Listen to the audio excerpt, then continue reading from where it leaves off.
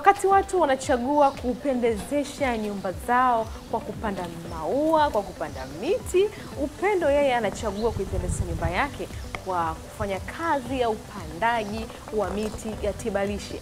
Tunataka kufahamu miti hii ya tibalishe ni miti ya aina gani, inasaidia nini katika mwili wa binadamu. Yote haya tutayapata kutoka kwake. Jina langu ni Mkwaji Masatu, tafadhali salia nami kufahamu mengi zaidi. Habari Upendo? Salama za kwako? Safi, nimefurahi sana na wewe. Nimefurahi pia, karibu. Asante sana. Karibu sana. Shukrani. Na Upendo mwenyewe ndiye huyu hapa ambaye amenikaribisha hapa nyumbani kuona namna ambavyo upandaji wa miti tibalishe hii unavyofanyika. Upendo, kwa nini umechagua kufanya kazi hii ya upandaji miti tibalishe? Sio tu kwamba nilichagua, ni kitu ambacho nilikuwa nimeanza kidogo kidogo. Nilikuwa nimeanza kidogo kidogo na nilikuwa sijui aina nyingi. Kadri siku zilivyokuwa zinaenda nikajikuta najua aina nyingi kidogo za mimea tibalishe.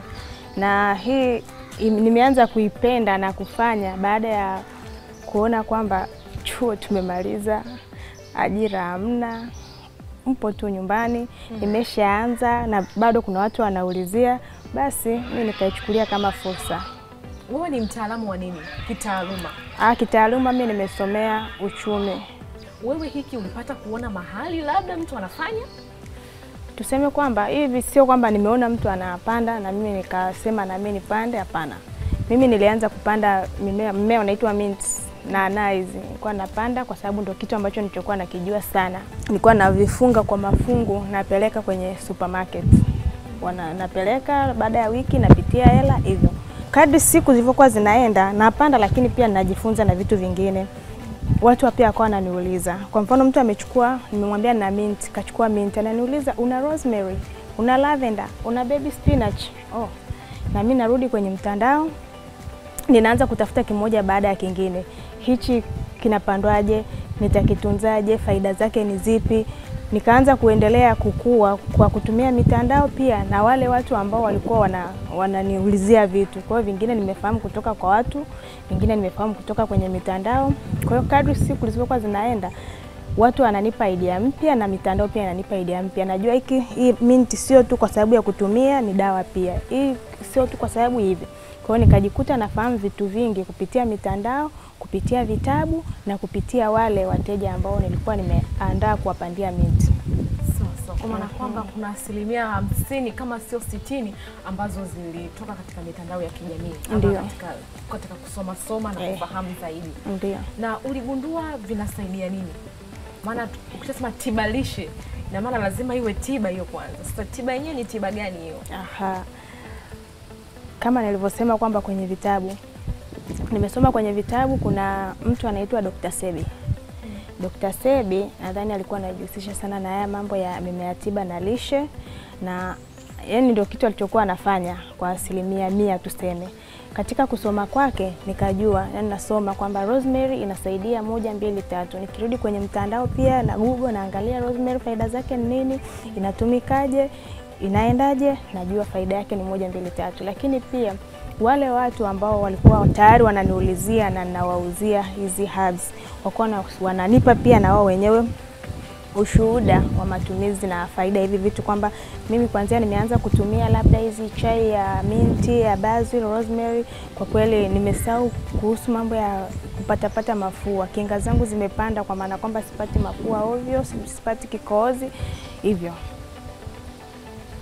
Tibalishe hizi ama mimea hii ya tibalishe imegawanyika katika makundi mangapi?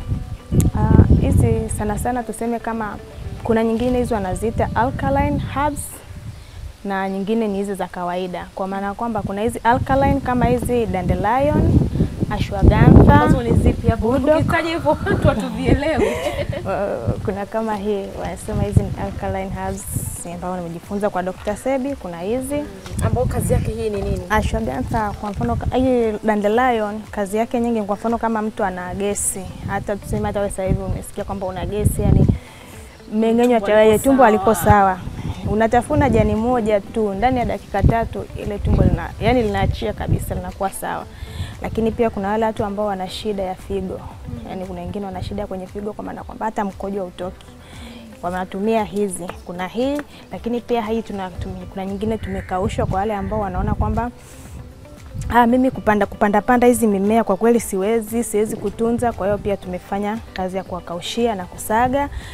Wale wagonjwa kwenye kliniki za figo ndo wanatumia hizi kusafisha figo. Unakuta mtu hawezi kukojoa, lakini akianza tu kutumia hii figo zinakuwa sawa, anaanza kupata mkojo. Na faida nyingine sio hizo tu, pia UTI pia unachanganya hii. Kuna na aina nyingine pia kama hii hapa inasaidia kwenye kumaliza swala la UTI. Na kuna nyingine hizi za kawaida, kwa mfano kama hizi mints ambazo pia ni hizi zinatusaidia kujikinga na haya mafua, kifua na kikohozi, lakini pia zinatusaidia kwenye kupunguza uzito, lakini vile vile inasaidia kwa homa ya ini na matatizo mengine.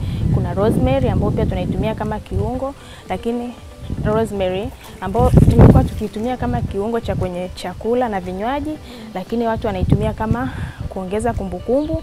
Wengine wale wanaosuka nywele wanatumia, wanatengeneza mafuta ya kuweza kuzifanya nywele ziwe imara. Msingi rosemary yenyewe ina kazi nyingi. Rosemary ina kazi nyingi. Ya kuwa tiba tu, inasaidia pia ukuaji wa nywele. Pilipili, nywele ambazo zinakatika, yani kula ule mtu ambaye akisuka tu nywele za mbele zote unakuta kichana zimeachia. Kwa hiyo ndo wanatumia rosemary. Hii inaitwa stevia au sukari ya kiwandani, ambayo watu wengi wanaitumia kwenye hayo masuala ya kupunguza uzito, lakini pia kuweka sukari sawa na pressure sawa, kwamba iwe level. Kuna wale watu wengine wana sukari ya kupanda sana, kuna wale ambao wana sukari ya kushuka, kwa hiyo inasaidia kuziweka level. Kuna hii ambayo ni mche ambao tayari tumeupanda, lakini kwa wale mche, lakini pia unaonekana ni mdogo.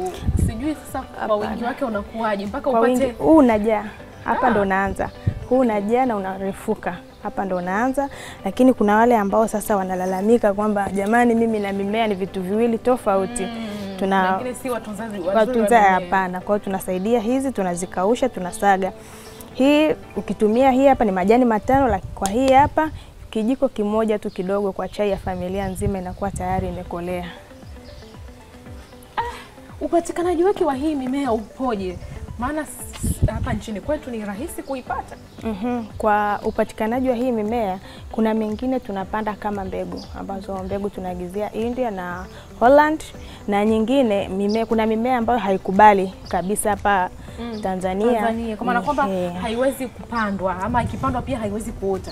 Kutokana na kwa mfano kama hapa Dar es Salaam kuna hali ya hewa haitabiriki. Kuna muda kunakuwa na jua kali sana, kuna muda kama sasa hivi kuna mvua nyingi sana. Kwa hiyo unakuta kuna baadhi ya mimea haikubali kabisa hata ujaribu. Ndio nimeshajaribu kwa sababu nilisema hapana, siwezi tu kusikia, ngoja nijaribu. Nilijaribu kweli na ikashindikana. Kwa mfano kama hii maca roots, hii kuna hii maca root, kuna hii budok, kuna hii milk thirst. Hizi ni mimea, ni dawa nzuri, lakini kwa hapa Dar es Salaam huwa hazikubali. Kwa hiyo kuna wale wenzetu kutoka nchi jirani, kuna wenzetu wa India, kuna wenzetu wa Kenya, kuna wengine wanalima kwenye mashamba kama Iringa. Kwa hiyo tunaenda kwa wale wakulima, tunazichukua, tunakuja kusaga na kuweza kupack, kwa sababu kwa mfano kama hii milk thirst, hii ni tuseme kwa mama wanaonyonyesha, hii inasaidia kuongeza maziwa. Lakini vile vile kuna wale watu ambao wamekuwa wametumia dawa kwa muda mrefu sana, yani kutoka madawa ya hospitali zikawaathiri, wakapata sumu mwilini, au kuna wengine wanasema ni food poison, wamekula sumu bila kujua. Hii inasaidia kwenye swala nzima la kuondoa sumu mwilini, lakini pia kutumia na nyingine zinasaidia kwenye kuweka sawa hormone. Na kuna hii budok vile vile hapa haukubali, lakini pia ni dawa nzuri kwa vitu vingi. Kwa hiyo unakuta tunachukua kwa nchi jirani ambazo tayari wanalima, au hapa kwa zile mikoa ambayo vitu vinapatikana vizuri. Tuje katika soko la hivi vitu. Soko langu kwa asilimia kubwa limetanuka kulingana na wale wateja ambao nimekuwa nikiwauzia, cha kwanza, na pia kwenye mitandao. Wateja ambao nimekuwa nikiwauzia wamekuwa ni mabalozi wazuri wa kuniletea wateja wengine, kwamba mtu amekuja amechukua kwangu, anatafuta rosemary, anatafuta mint, anatafuta baby spinach, anaenda kumwambia na mwenzie kwamba jamani, kuna dada mmoja anaitwa Upendo, anajiita Upendo Herbs, ana hii mimea ya viungo ambayo inasaidia. Kwa hiyo yule anampa mwenzie namba, ananitafuta. Yule mwenzie naye anampa mwenzie namba, ananitafuta, hivyo hivyo. Kwa hiyo nikakuta soko linakuwa, lakini pia kwa kutumia mitandao ya kijamii, kuposti kwenye groups haya ya biashara, kuposti kwenye Instagram, hivyo limesaidia soko langu kukua. Lakini pia vile vile hata ninapofanya vipindi na baadhi ya TVs na radios, watu wanasikia, wananitafuta. Tunaamini kama ni mimea tiba inakuwa ina vipimo. Kama kwenye dawa za kawaida kule utaambiwa 2 mara moja, 2 mara 3 hivyo. Kwa upande wa huku wenyewe zile mimea ambayo ni tiba, yenyewe hali inakuwaje? Tunakunywa tu mradi tumekunywa ama pia kuna vipimo vyake? Hapana, kama ilivyo kwenye dawa nyingine yoyote, hizi pia zina vipimo. Kwa mfano kama hii stevia, nimesema kwamba kijiko kile kidogo cha sukari mezani kinatosha kwa chai ya watu wote, hata chai ya watu 5.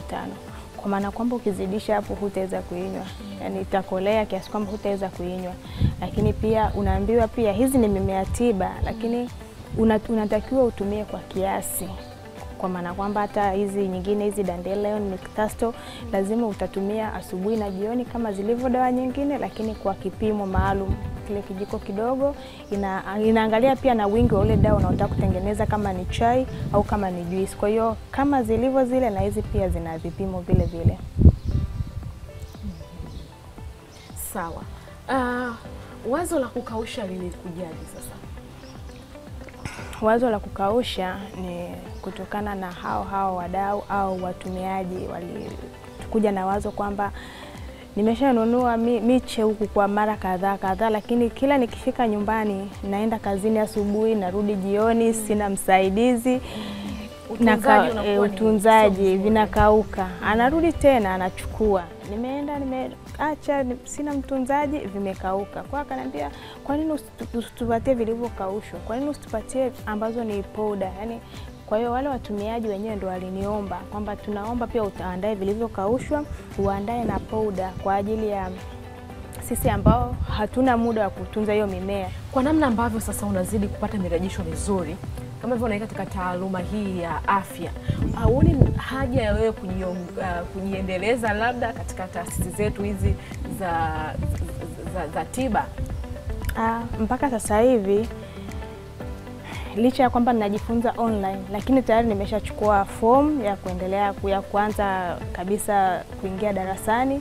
Nadhani Mungu akipenda labda mwaka huu nitaanza darasa rasmi, yani kama ulivyoongea kwamba nimeshachukua hiyo hatua na nitaanza darasa, lakini pia nina madarasa ya online kwa sababu yani uuzaji wa herbs ni kwamba ni kama uko darasani. Kila siku lazima usome, yani hapiti siku bila kusoma kwa sababu unauzia watu kitu ambacho unaenda kutumia kama dawa.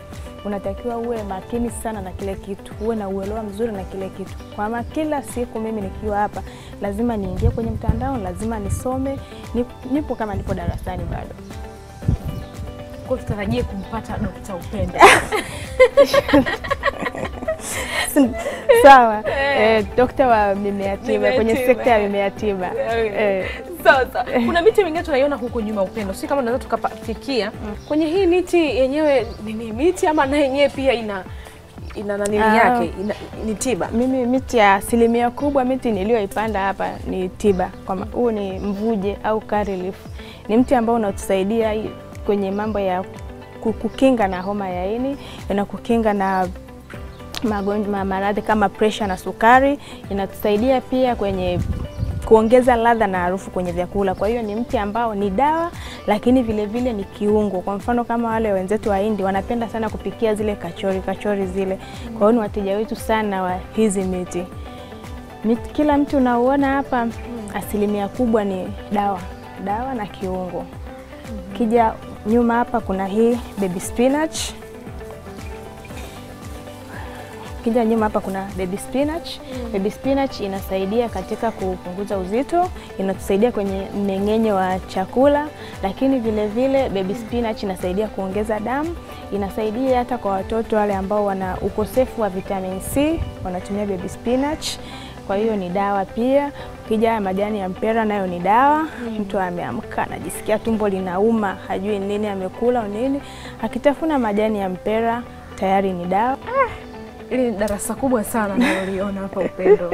Una nini na afya za watu? Ndio. Sawa. Kuna namna yote ya utunzaji labda wa hii mimea ama inatunzwa tu kama mimea mingine inavyotunzwa, kama tunavyotunza maua, kama tunavyotunza mboga ama hii na special treatment ambayo mnakuwa mnaipatia? Hizi zina special treatments. Yani kwanza lazima uwe na udongo mzuri, lazima uwe na mbolea mzuri, lazima ubalance maji. Maji yasizidi sana na wala yasipungue sana. Maji yani unatakiwa kila saa uwe na unyevu. Na pia mbolea, yani inachagua mbolea na mbolea. Kwa mfano mimi ninapandia kwa kutumia mbolea ya sungura, mkojo wa sungura nachanganya mavumbi za mkaa, nachanganya na udongo, napata mchanganyiko maalum. Kwa mtu anayepanda kwa kutumia mbolea kama ya kuku. Mbolea ya kuku ni mbolea ambayo ni kali sana, lakini pia ni mbolea ambayo inaisha makali haraka sana. Unakuta mmea unaota baada ya muda unapoteza ile hali ya ukijani. Kwa hiyo lazima pia uangalie na ile mbolea ya kupanda. Kwa mbolea sungura ni mbolea ambayo haishi makali haraka, lakini ni mbolea nzuri kwa sababu ina wingi wa calcium. Kwa maana kwamba mkojo wa sungura ule unatumika kama mbolea, lakini pia kama dawa. Mkojo wa sungura unazuia, tumesema kama tunadili na vitu vya mimea tiba na ni vyakula, na vitu ambavyo vinatakiwa viwe organic. Kama ni kitu organic hatutaki tena kutumia dawa. Kwa hiyo tunaenda kiasilia. Kama kitu kina wadudu, tunatumia mkojo wa sungura, unaua wale wadudu. Yani hatutatumia tena sumu zaidi ya ule mkojo wa sungura. Lakini pia ni kama kiatilifu, ni mbolea. Unatumika kama kitu cha kuzuia wadudu kwenye mboga na kwenye herbs, lakini pia kama mbolea. Na sisi wenye mbolea ya ng'ombe? Mbolea ya ng'ombe pia ina shida. Yani mbolea ambayo sishauri sana kwa mpandaji wa herbs ni mbolea ya kuku. Ile ndio kidogo sio nzuri sana kwenye kupanda herbs. Ile ya ng'ombe ikishakauka vizuri hiyo haina shida.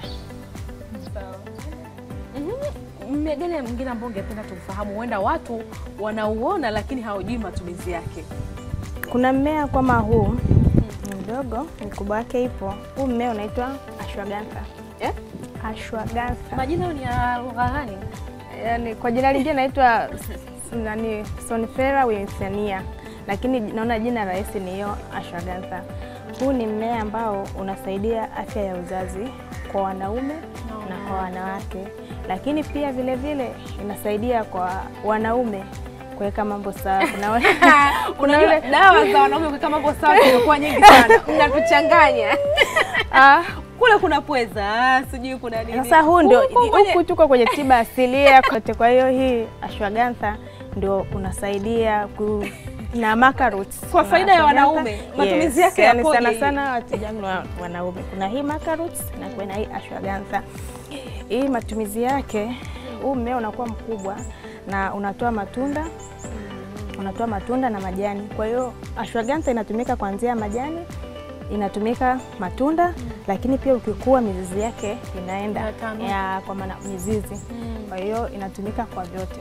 Kwa hiyo wahanga wakubwa ni wanaume. Ashwagandha. Na wanaleta mirejesho kwamba bwana nilitumia na nikafanikiwa. Mirejesho ni mingi sana. Yes. Jamani wanaume, tuchangamkie hiyo. Ashwagandha. Kuna kavu, kuna hii fresh kwa wale ambao hawezi kutunza mimea. Lakini mmea mwingine wa muhimu sana ambao tungetaka tukuzungumzia ni huu hapa. Tunaitaga msharifu au miracle plant au leaf of life. Wanaita miracle plant kwa sababu ni mmea ambao unatibu mambo mengi. Kama yapi? Mmea huu kuna wale watu ambao wana shida na masikio, wanapata shida infection kwenye sikio. Haya majani yake unaweza kuchuma majani moja kama jikoni unalipasha ukakamulia maji yake. Ni dawa nzuri kwa ya sikio linaponda. Lakini pia kidonda. Kuna mtu pia amejikata, amepata kidonda, kimekaa muda mrefu akijafunga. Kama process ni hizo. Pasha kidogo jikoni, kamulia maji yake, mengine tengenezea juisi, kamulia yale maji, kidonda kinafunga ndani ya siku 3. Mchakato wa ukaushaji, tunachuma majani, na ambayo hatuna tunaagizia yakiwa mabichi hivi, tunafikisha. Kama hiyo ni hii ni curry leaf, ule mvuja ambao tumeona nje, ule ambao tunatumia ukishaukausha tukisaga, ndio hiyo anatumia kama curry powder kutengeneza vitu vya mbalimbali, mchuzi nini, vitu kama hivyo. Kwa hiyo hapa tunaweka kwenye mashine yetu vizuri kabisa. Baada ya kuyaosha, kuyaanika vizuri, yakatoka maji vizuri, tunaipanga kwenye mashine. Ambao moto utakuwa uwe kwa kiwango gani? Moto lazima uwe kwa kiwango cha 40 kwa 30. Kwa hiyo juu unakuwa 40, chini 30. Lakini unatumia muda kwa masaa 3.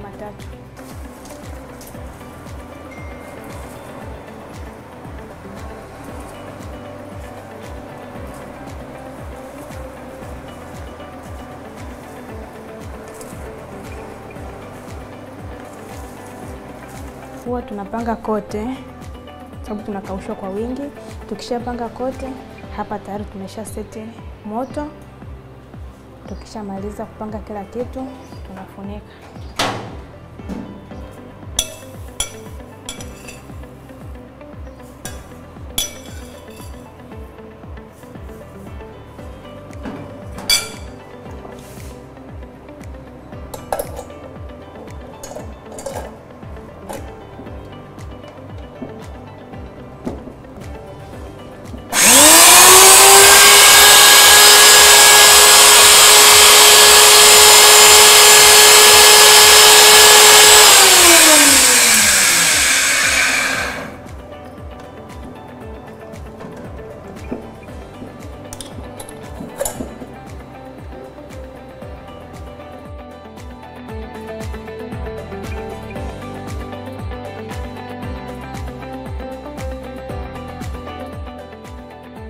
Soko lako limekuwa kwa kiwango gani mpaka sasa? Maana hii pia na mimi ndio umeifanya kama sehemu pia ya biashara. Na ni sehemu pia ya kazi yako. Ama tayari una kazi nyingine? Kwa kazi nyingine na unalima pia. Tupanda na hapa na mashamba Msata, Vikawe, na panda pia miogo, viazi lishe. Kwa hiyo sitegemei tu hii sana kwa sababu bado soko halijakuwa sana hivyo. Na lijakuwa sana kwa sababu bado pia sijawa open sana kujitangaza kwa sababu bado sijawa certified. Kwa hiyo unajua ukishapata cheti kile ndio unaweza ukasema sasa nimesimama kama Upendo Herbs, nina hadi cheti naweza kufanya kwa uhuru zaidi ya sasa hivi. Kwa hiyo bado soko halijawa kubwa sana, bado naendelea kutafuta soko ya hivi vitu. Lakini pamoja na udogo wa soko hilo, watu bado wanaelewa kile ambacho wanakifanya na wana appreciate. Kusema kweli sasa hivi watu wengi sana wameanza kuelewa kuhusu mimea tiba, wengi.